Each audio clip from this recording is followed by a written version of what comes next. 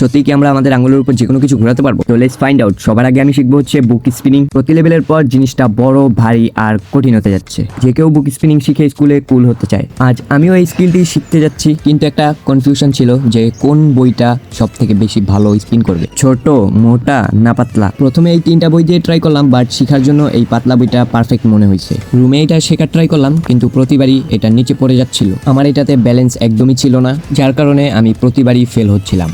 এই স্কিলটাকে আমি 3 step breakdown করি। ফার্স্ট স্টেপে বইটাকে সেন্টার পয়েন্টে ব্যালেন্স করাতে হবে।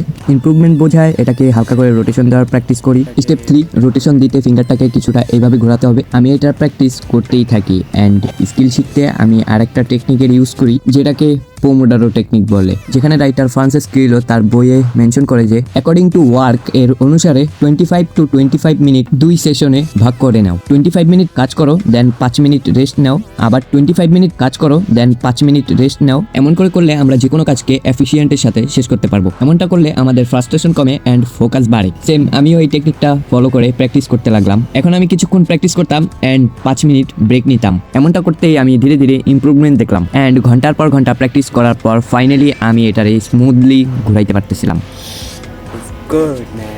আর বইটাও হচ্ছে খুব সুন্দরভাবে ঘুরতেছিল। এখন প্রশ্ন হচ্ছে, আমি কি এটাকেও ঘোরাতে পারবো? এই প্লেট যদি ভাঙে তাহলে আমিও ভেঙে যাব। এই প্লেটটা ঘোরাতেই আমার ফিল হইলো চাঁদনি চক টু চায়নার সিদ্ধুর মতো, যেখানেও প্র্যাকটিস করার পর টেবিলটারে ইজিলি ভেঙে দেয়। ঠিক সেরকমই আমি ঘোরানোর পর দেখতেছি আমি ইজিলি ঘুরাইতে পারতেছি। আমি অনেক খুশি, কারণ আমি ফার্স্ট অ্যাটেম্পটেই এটা অনেকক্ষণ ঘুরাইছি অ্যান্ড লিটারেলি এটা একবারও পড়ে নাই। আমি নিজেও ঘুরে দেখছি, কিন্তু এটা পড়তেছিল না অ্যান্ড এটা অনেক স্টেবল ছিল। তো আমার মতে একজন বিগিনারকে প্লেট দিয়েই শেখা শুরু করা দরকার। এটা যদি এখন ঘোরাতে না পারি তাহলে এই বাচ্চা পোলা পাইন আমাকে দেখে হাসবে। ফার্স্ট অ্যাটেম্পটে তো এটা ধরিস করে পড়ে গেল, সেকেন্ড টাইম করতেই আমার কাছ থেকে এটা হয়। দেন আমি এটাকে ফ্লাই করি অ্যান্ড তারপরও হচ্ছে এটা খুব সুন্দর ব্যালেন্স হইতেছে। এখন পর্যন্ত একবারও পরে নাই। লেভেল 95-এ আমি সব থেকে বড় বোর্ড নিয়ে আসছি। এই বোর্ডটা লাইট ওয়েট তো ঠিক আছে, বাট অনেক বেশি আনস্টেবল। এমনিতেই এটাকে স্পিন করানো অনেক বেশি মুশকিল অ্যান্ড হাওয়া আমাকে অনেক সাহায্য করতেছিল যেন আমি এটাকে স্পিন করাতে না পারি। সামহাও আমি শুরুই করেছিলাম, মহিলার সামনে আমার বেজ্জতি হয়ে গেল। অনেকবার নাক কাটার পর লাস্টে আমার কাছ থেকে এটা হয়।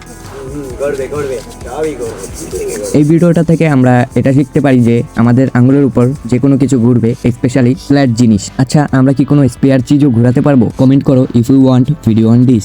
যদি তুমি ক্যালিস্থানিক বিগিনার টু অ্যাডভান্স সিরিজের সঙ্গী হতে চাও তাহলে বাম সাইডের ভিডিওটাতে ক্লিক করো।